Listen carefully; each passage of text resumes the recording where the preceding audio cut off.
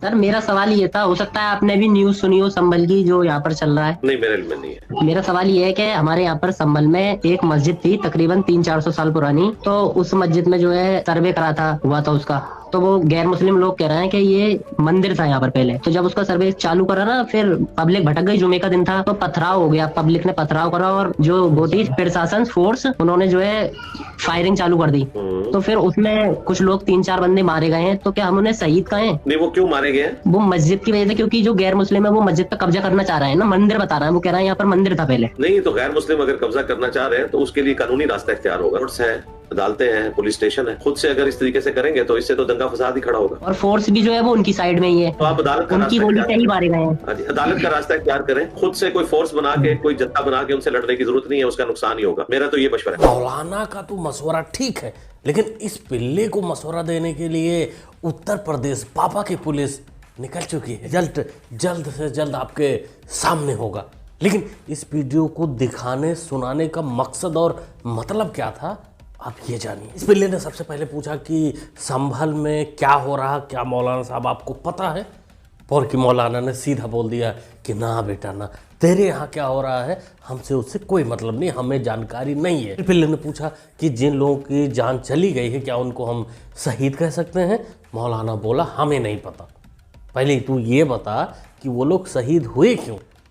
फिर इसने जो कांड किया, जो गोल गोल किया कि पुलिस ने गोली मारा, हिंदू कब्जा करना चाहते हैं, ये है वो है, लेकिन हकीकत इसने कुछ नहीं बताया। सब कुछ इस पिल्ले ने गोल गोल कर दिया घुमाकर। इसको तो सिर्फ इतना दिखाना था कि भारत की पुलिस मुसलमानों पर अत्याचार कर रही है और अपने बाप से शिकायत करना था।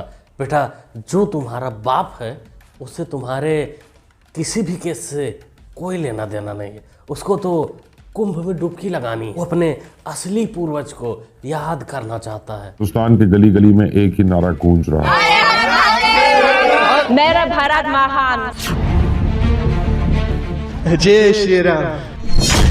इस वक्त पूरी दुनिया में महाकुंभ ट्रेंड कर रहा है। महाकुंभ के बारे में सबसे ज्यादा पाकिस्तान में सर्च किया जा रहा है। पाकिस्तान के बाद कतर, यूएई और बहरीन जैसे देशों ने महत्वपूर्ण रुचि दिखाई। मेरे दिल से बहुत नजदीक है और ऑब्वियसली उसका रीजन जो है वो मेरे फादर है और मेरे ग्रैंडफादर, वो सब वो जो दादा आए थे वहां से, दादाजी थे जिन्होंने वाट लगाई थी, दादाजी वहीं से आए थे। और ये और बात है कि दादाजी ने वाट लगा दी और अब आप देखिए कि पाकिस्तान का क्या हाल है कि कुछ भी संभलने में नहीं आ रहा। अर्जू काजमी जानते ही होंगे इनको, पाकिस्तानी पत्रकार रह चुकी हैं। इनका कहना है कि पोरकी अपने आप को संभाल नहीं पा रहे हैं, लेकिन हमारे यहाँ के संभल के कुछ नाजायज लौंडे उनसे शिकायत करने जा रहे हैं जो अपने आप को संभाल नहीं पा रहे। साले सरकार के टुकड़ों पर पलते हैं, फ्री का राशन खाते हैं और अर्जी अपने नाजायज बाप के पास लगाने जाते हैं। मैं चाहता हूँ, यकीन करें इंडिया वाले भी सुन रहे हैं अगर, तो उनमें से कोई है मुझे कमेंट में जरूर बताइएगा। आप बहुत एक खुशकिस्मत है अगर आपने वो मुल्क नहीं छोड़ा था। अच्छा। मैं रात को अपने दोस्तों के साथ बैठ के ये बात कर रहा था, मैं क्या बहन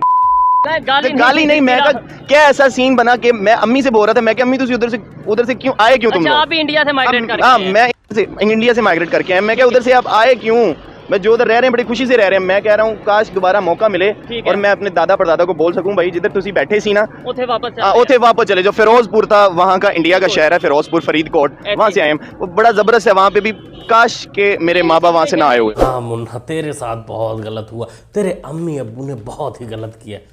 वैसे भी अदला बदला का व्यवस्था तो अभी है नहीं। ये तो इन जैसे कीड़ों को, इन जैसे पिल्लों को, इन जैसे नाजायज सांपों को तो हम बिल्कुल बदल लेते कि भाई तू उधर जा और तू उधर आ। इससे तेरे को महाकुंभ में जाकर स्नान करने और अपने असली पूर्वज को याद करने का सौभाग्य प्राप्त होता, लेकिन ऐसा हो नहीं सका। तो वो दूसरे काम पर लग गई हैं, मतलब तुम लोगों की अम्मियाँ दूसरे काम पर लग गई हैं।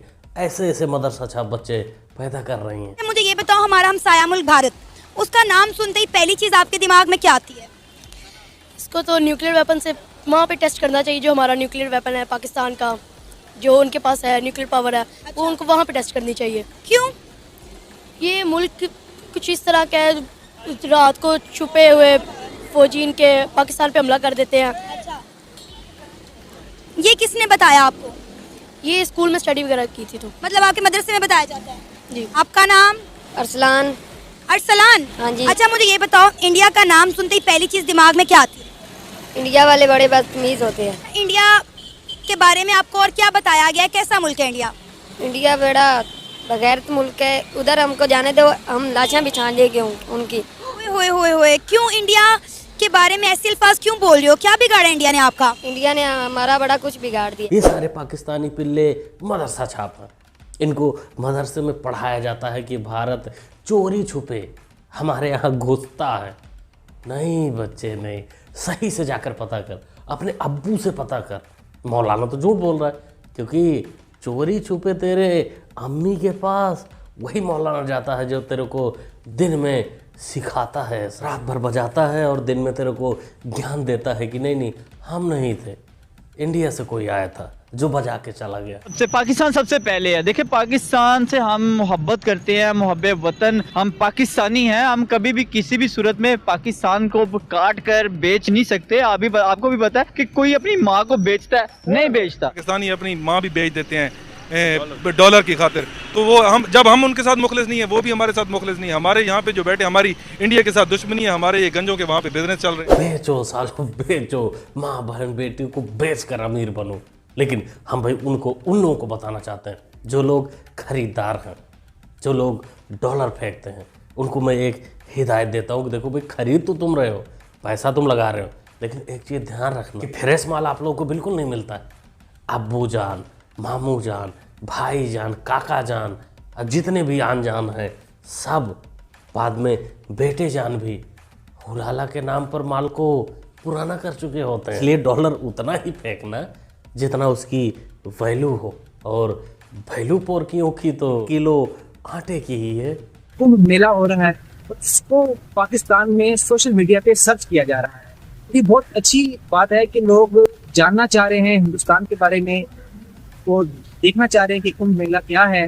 क्योंकि यहाँ पे तो अक्सर लोगों ने मुझे कहा कि ज़्यादा से ज़्यादा हम इंडिया जाना चाहते हैं, कुंभ मेले में शिरकत करना चाहते हैं और इंडिया को देखना चाहते हैं, वहाँ जाकर हिंदुस्तान कैसा है, हिंदुस्तान के लोगों को देखना चाहते हैं। लेकिन लोगों ने ये भी शिकवा किया कि हमें वीज़ा नहीं मिलता।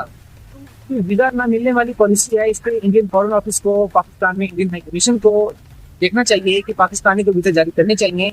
इसमें पाकिस्तान का जो हाई कमीशन दिल्ली में है, उसको भी देखना चाहिए कि इंडियंस को भी इस तरह वीज़े मिले पाकिस्तान के लिए। पोरकी अंकल, पोरकी पत्रकार, तेरी एक बात तो मेरे को समझ में आई कि पोरकियों को, पाकिस्तानियों को भारत का वीज़ा मिले जिससे वो आएँ और अपने पूर्वजों के बारे में जानकारी हासिल करें। लेकिन तू बोला कि भारतीयों को भी पाकिस्तान का वीज़ा मिले, तूने कैसे सोच लिया? या ऐसा क्यों तू कह रहा भाई भारतीयों को पोरकी का वीज़ा क्यों चाहिए? अरे हम लोगों को क्या देखना है वहाँ? क्या दिखाएगा तू? वही कि एक एक अम्मी पे 20-20 अब्बू हैं, 20-20 शौहर लगे पड़े हैं, ये देखने के लिए हम आएंगे कि धार्मिक स्थल जो था हिंदुओं का, वो सब तो तुम लोगों ने तोड़ दिया, ख़त्म कर दिया है। भी वीज़ा की जहाँ तक बात है तो भाई इंडिया का वीज़ा तुम लोगों को देना मतलब अपने पैर पर खुद कुल्हाड़ी मारने जैसा होगा, क्योंकि तुम लोग आ तो जाओगे भिखारियों, लेकिन जाओगे नहीं। तुमको हमारे यहाँ के कुछ केजरी मियाँ जैसे नेता पाल लेंगे अपने वोट बैंक के लिए। उत्तर प्रदेश में महाकुंभ मेले से 2 लाख करोड़ इनकम जनरेट होगी।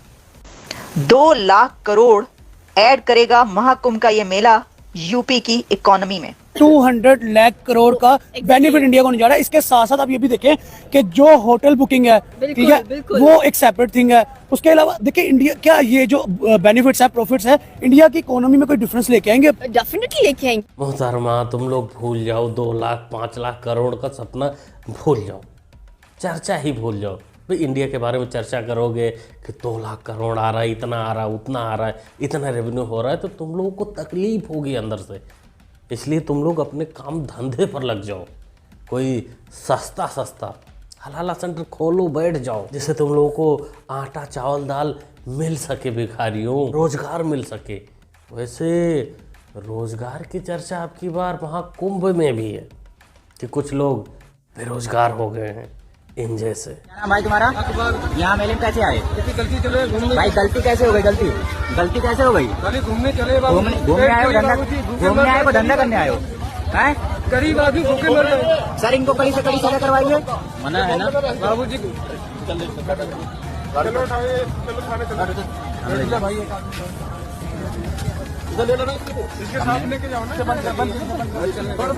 देखो, इस वीडियो को दो साइड से देख सकते हैं। एक तो देख सकते हैं भाई एक गरीब बंदा जो रोजगार के चक्कर में महाकुंभ में गया है, उसको लोग परेशान कर रहे हैं, उसको भगा रहे हैं। लेकिन दूसरी नज़र से देखोगे तो आपको ये ज्ञान होना चाहिए कि वहाँ बैन किया गया है, जिनकी आस्था वहाँ नहीं है उनको वहाँ जाने से मना किया गया है, बिजनेस करने से मना किया गया है, यानी अशुद्ध ना करें।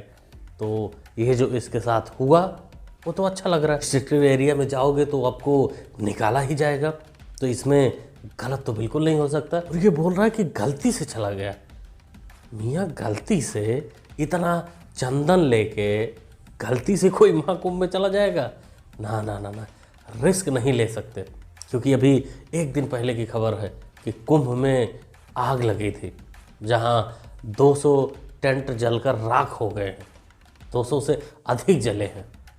तो किसने जलाया, कैसे जला, ये तो जांच का विषय है। अभी तक इसकी पुष्टि हो नहीं पाई है कि आग लगी कैसे, लेकिन भाईचारा निभाने के चक्कर में रिस्क तो नहीं ले सकते ना। अगर आप हिंदू धर्म को पढ़ें जिसकी हिस्ट्री सबसे ज़्यादा ओल्ड है, 8000 साल पुरानी है, अगर आप इंडियन धर्म को भी रिसर्च करें कि इंसान के बारे में, आत्मा के बारे में, सुख शांति के बारे में क्या बात की हुई है, तो वो तालीमात कवर है। और कि अंकल, तेरी बात सही है कि सनातन में सभी तालीमात हैं, सभी जानकारियां हैं, सभी अच्छाइयाँ हैं। लेकिन तूने जो बताया कि 8000 साल पुराना, ये गलत है। क्योंकि सनातन कितना पुराना है इसको गूगल भी नहीं बता सकता। मतलब सनातन था, है और हमेशा रहेगा। ना उसका शुरुआत है ना उसका अंत है। सनातन का कभी नाश करने में काल भी सामर्थ्यशाली नहीं है। ये तो काल के अंतर्गत ही जीव हैं। इनकी क्या सामर्थ्य कि सनातन धर्म कोई एक मेड़ नहीं है कि आप उसे मिटा दोगे तो सनातन मिट जाएगा। सनातन मिट जाएगा तो अनंत ब्रह्मांड मिट जाएंगे। सनातन ब्रह्म का नाम है, भगवान का नाम है। ये वायु सनातन है, अग्नि सनातन है, जल सनातन, ये भूमि सनातन। सनातन को मिटा दे ऐसा कोई पैदा ही नहीं। दोस्तों, क्या कहना चाहते हैं आप लोग वीडियो के बारे में? बाकी जो एक दिन पहले कुंभ में आग लगा, उसकी न्यूज सुनकर शुरू में तो बहुत दुख हुआ, लेकिन सबसे बड़ी बात व्यवस्था की कि आधे घंटे के अंदर आग पर काबू पा लिया गया था। 1 घंटे के अंदर उत्तर प्रदेश के मुख्यमंत्री वहाँ पहुँच भी गए थे। तो कारण बाद में पता चलेगा, लेकिन तेजी से काम हुआ और किसी बड़े घटना को होने से रोक दिया गया। ये है प्रशासन की मजबूती, मुस्तैदी। क्या कहना चाहते हैं आप लोग वीडियो के बारे में? शुरू में मैं जो वीडियो आपको दिखाया, जो अर्जी लगा रहा संभल का बंदा, उसके ऊपर सुना हूँ FIR हो गया है, पुलिस उसको खोज रही है। वो फिलहाल घर से फरार है, लेकिन उम्मीद करिए ऑपरेशन लंगड़ा के तहत वो हाजिर होगा और वीडियो आप तक जरूर पहुँचेगी। Thanks for watching.